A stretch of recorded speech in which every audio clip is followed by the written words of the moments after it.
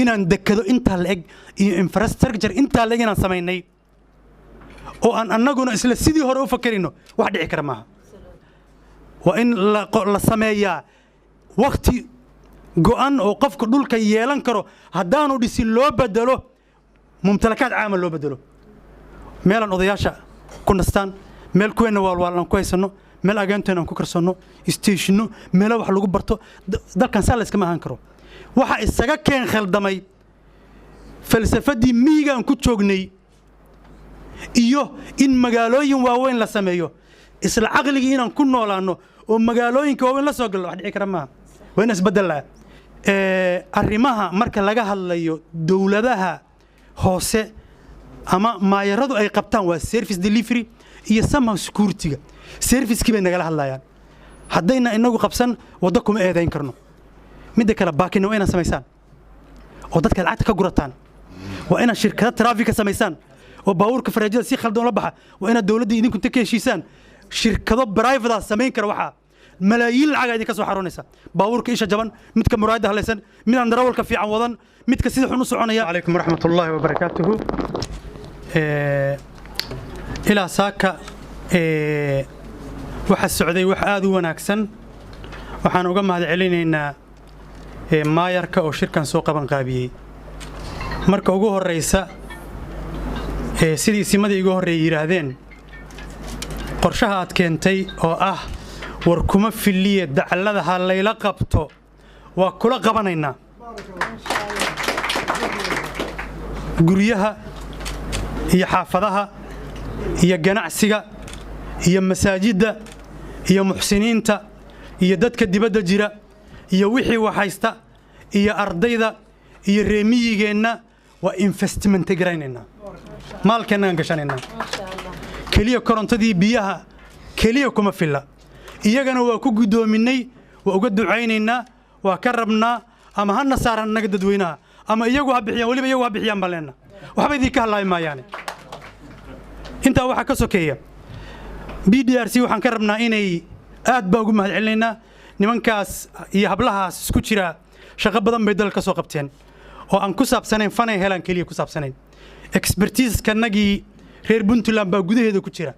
waxaan ka rabnaa inay balaanka iyo prioritiska degmadu ay keentay ay si fiican ula develop gareeyaan oo u bedelaan qorshe la qaban karo u bedelaan. hadda waa faqaraad waaweyn laakiin waxaan rabnaa inay u bedelaan qorshe istiraatiijig ah qorshe tactical ah qorshe operational ah iyo qorshe conventional degdeg ah. afartaas inay u kala qaadaan oo wixii istiraatiijiyo 20 sano 30 sano ku eg wixii 10 sano ah wixii 5 sano wixii maanta la qaban karo inay u kala saaraan. wax walba ma qaban karno wax yaroon ku yotoona in nooga soo reebaan. inaan dekado intaa la eg iyo infrastructure intaa la eg inaan samaynay oo aan annaguna isla sidii hore u fakarino wax dhici kara maaha. waa inaan fakirka naga bedelnaa waa inaan caqliga naga bedelnaa. wixii la yiri oo dhan waxa iigu qiimo badnaa wixii gabadhaasi tiri waxa la ina siinayo oo xaafadaheena dadkeena taagta daran la siinayo shaqaha loo bedelo dhirta lagu beero dhirtu maaha bilic maaha halkaan ku taale bilic waay iyo quruxda magaalada maaha waa environmental crisis-ka baa lagu address gareynaya. haddaan dhir la beerin oo wadanka la cagaarin daruurahan inoo iman maayaan dabeela inaga kacaya dhulku waa diqoobaya oo cusboobaya wax daran ma inagu dhacaya. waa in guri walba waa waajib kaliya maaha akhlaaqi ah waajib wadani ma waa waajib diini ah. rasuulka kaleey salaatu wasalaam wuxuu yiri haddii qofkiin uu mir gacanta ku hayo oo qiyaamihii dhaco ha beero oo maxaa loo beeray qiyaamihii dhacay innagana la ku tarbiyeenaya dhirtu inay tahay waajib ka mid ah waajibaadkanaga. waxyaalo fara badan oo markii la soo yimaado laga doodayo oo aad u fara badan oo fiican inaan furfurno u baahan baa ku jira balankiina. lacag badan baa haysataan idinka la ka rabaa soo saartaan annana waa idinku hilinayna. waa tii hadda boosaska suldaanka igu horreeyo ka sheekeynaya banaanka lacag laga qaado. waa in la canshuura qofkii 6 bilood buu in lacag keenaa. waa in la sameeyaa waqti go'an oo qofka dhulka yeelan karo haddaanu dhisin loo bedelo mumtalakaad caama loo bedelo.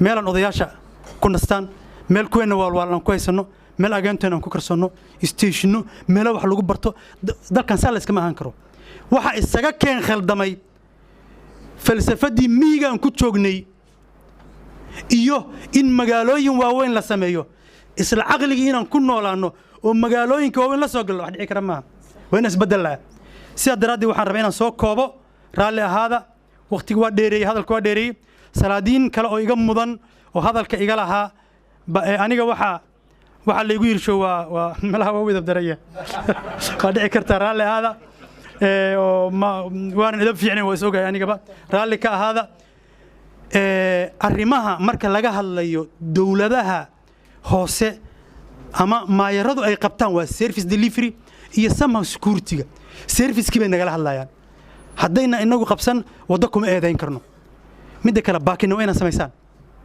oo dadka lacagta ka gurataan waa inaan shirkado traffic samaysaan oo baabuurka faraajada si khaldan la baxa waa inaan dawladda idinku inta ka heshiisaan shirkado private ah samayn kara waxa malaayiin lacag idinka soo xaroonaysa baabuurka isha jaban midka muraayada halaysan midaan darawalka fiican wadan midka sida xun u soconaya midka overloadka midka speedka khaldan ku soconaya waxaasoo dhan ka wadooyinkana waa ka samaynaysa markaas anuu marka insha Allah waxaan ku soo gabagabooyaa hiiliyo hoobo idin la garab taagana ha baqina socda nugu shaqaysta nugu xamaasha wada shaqeynaa wa amal saalixa way waxani وعمل صالح وافعلوا الخيرات لعلكم تفلحون إلى يري وتعاونوا على البر والتقوى برقي إحسانك سمفلكي وحاني